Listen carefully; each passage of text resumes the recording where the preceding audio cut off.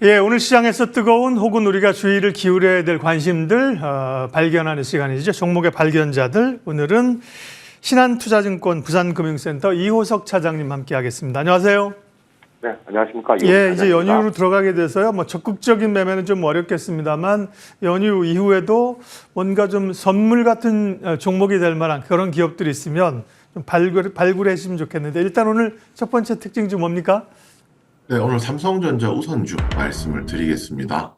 우선 삼성전자의 최근 흐름을 보시면서 많은 분들께서 대체 언제까지 떨어질 건가에 대한 이제 생각들을 많이 하고 계실 거고요. 언제까지 떨어질 건가라는 의문을 가지고 있는 것은, 매수자 입장에서 이미 보유하신 분들 입장에서는 이제 우려스러울 수도 있겠지만은 반대로 생각해서, 대기 매수자죠. 매수를 하려는 의사를 가지고 계신 분들 같은 경우에는 한 가지 기회 요인으로 작용하기 때문에 이에 대한 관심이 좀 높다라고 할 수 있습니다. 거기에 맞춰서 오늘은 제가 삼성전자 우선주에 대해서 설명을 드리려고 하는데요. 우선주, 이제 의결권이 없습니다. 의결권이 없는 대신에 배당을 더 많이 받을 수 있는 것을 이제 우선주다라고 한다 생각해 주시면 되고요.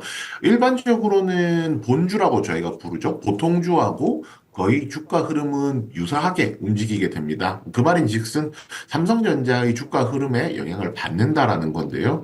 최근에 이제 삼성전자와 관련된 그리고 반도체 업종 전반적으로 걸쳐서 나오는 리포트들을 체크를 해본다라고 하면요. 3분기에 영업이익이 기대치보다 못 미칠 것이다라는 의견이 굉장히 좀 많아지고 있습니다. 연말까지 보더라도 연간 실적에 대한 추정 자체가 전망 자체가 하향 추세로 좀 가고 있다라고 얘기를 할 수가 있겠는데요. 결국 이제 연초에 반도체 업종에 있었던 그 관심이라든지 기대치가 굉장히 높았기 때문에 그 부분이 조금 조정이 된다라고 생각해 주시면 될 것 같습니다. 그렇지만 중요한 건 이거죠. 결국에는 그렇다면 수요가 다 없어졌느냐를 가지고 저희가 좀 얘기를 해야 되는데요. 실질적으로 수요가 없어진 것이랑은 별개라는 겁니다. AI와 관련된 반도체, 특히 이제 HBM이라든지 아니면은 그 외에 다른 이제 반도체라고 하더라도 수요가 사그라들었다는 게 아니고요. 수요는 여전히 남아있지만 기대치 정도에 못 미친다라는 부분 때문에 아직까지 반도체 업종에 대해서 조정이 크긴 하지만 또 추가적인 매수 기회가 있다라고 생각을 하고 있고요. 우선주 같은 경우에 오늘 말씀을 드리는 것은 이겁니다. 앞서서 앵커님께서 현대차 말씀해 주셨는데 최근에 이제 현대차 우선주 3종이 굉장히 주가가 많이 올랐었거든요. 결국은 밸류업 프로그램에 따라서 배당 수익률이 상승한다든지 자사주를 매각한다든지 이런 부분에서 기존 주주들이 수혜를 볼 수 있다라는 기대감이 있는 건데요. 삼성전자 우선주 현재는 이제 배당 수익률이 상승한다든지 하는 흐름은 나오지 않고 있습니다. 그렇지만 향후 밸류업이 조금 더 확대될수록 그에 따른 수혜를 볼 수 있기 때문에 이 종목에 대해서 오늘 이제 연휴 전에 시장을 마무리하는 차원에서 한번 체크해 볼 필요가 있다라고 생각해서 말씀드렸습니다. 예, 삼성전자인데 우선주를 말씀을 주목해 볼 만한 레벨을 따져야죠. 지금은 삼성전자는요.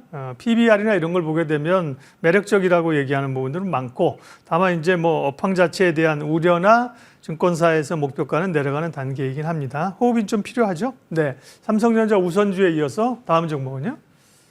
네, 고려아연입니다. 고려아연 이제 어저께 보도가 나오면서 시장에서 관심을 확 오늘 받게 되었는데요. 바로 MBK 파트너스가 고려아연의 최대 주주로 최저주주로 등극했다라는 내용이었습니다. 이것과 관련해서 MBK 파트너스가 이제 작년이었죠. 작년에 한국엔 컴퍼니 그룹 지배권을 둘러싸고 경영권 분쟁에 뛰어들었었고요. 오늘 이제 나왔던 이 보도 내용도 결국에는 고려아연의 이제 경영권 분쟁에도 참여한다라고 유추를 해볼 수가 있기 때문에 이에 따라서 시장에서 좀 반응을 한다라고 할 수가 있고요. 실제로 이제 고려아연이 한 66만 원 정도의 공개 매수에 대한 규모가 2조 정도더라고요. 최대 2조 원대의 공개 매수를 추진한다라는 보도까지 나오게 되면서 시장에서 더 큰 관심을 받고 있는 상황입니다. 결국 이제 이런 이슈가 나왔을 때는요, 종목에 대한 말 그대로 저희가 밸류에이션이라든지 뭐 기업에 대한 평가가 중요하다라기보다는 경영권 분쟁이 붙었을 시점에 투자 심리가 더 중요하다라고 판단하거든요. 그래서 이제 뭐 이런 투자 심리가 경영권 분쟁에 의한 가격 변동이라는 케이스가 그렇게 자주 일어나는 것은 아니기 때문에 오늘 시청자분들께서도 특징주로 꼭 아셨으면 해서 오늘 준비해 보았습니다. 네, 보도가 난 거에 대해서 공시가 된 것 같아요. 고려한 최대 주주인 영풍하고 MBK 파트너스가 공개 매수를 한다고 얘기를 했습니다.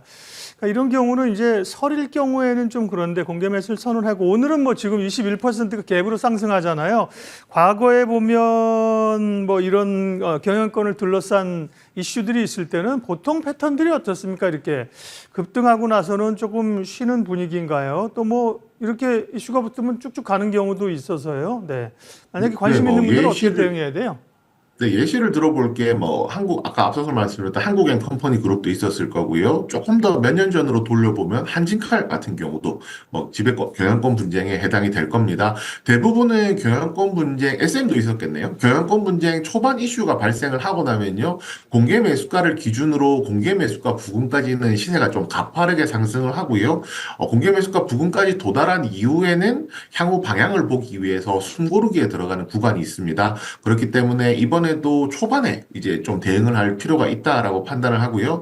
경영권 분쟁이라는 것은 앞서서도 말씀드렸지만 기업 가치와 상관없이 주가가 움직이는 것이기 때문에 장기적인 관점에서 투자라기보다는 단기 매매 위주로 접근해보자라는 부분까지 참고로 꼭 말씀드리겠습니다. 네, 공개 매수가는 66만 원으로 지금 나왔어요. 지금 주가는 거기를 좀 넘어서 있는 상황입니다. 오늘 종목 발견 신한투자증권 이호석 차장 함께했습니다. 고맙습니다.